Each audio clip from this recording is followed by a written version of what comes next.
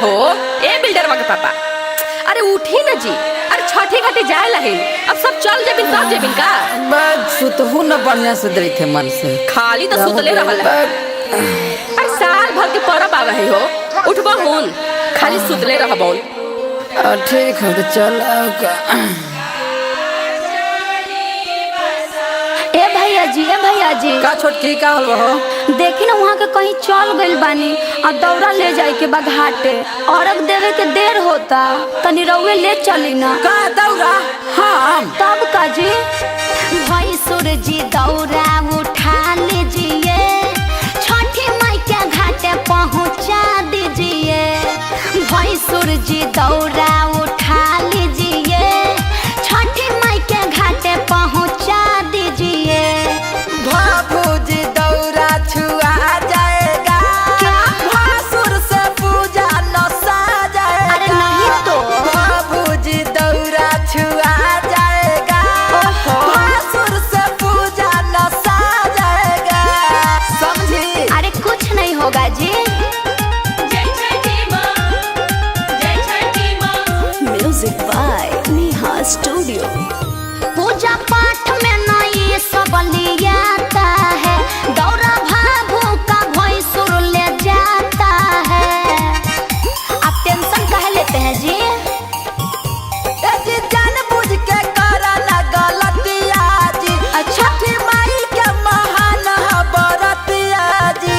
ए जी व्रत में रिलेशन हटा दीजिए, व्रत में रिलेशन हटा दीजिए, छठी घाटे दौरा पहुँचा दीजिए।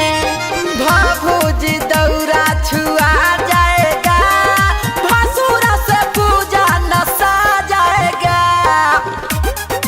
बोला बोला यादित माल की बोला बोला छठी मैया की बोला बोला सूरज गोसाई की।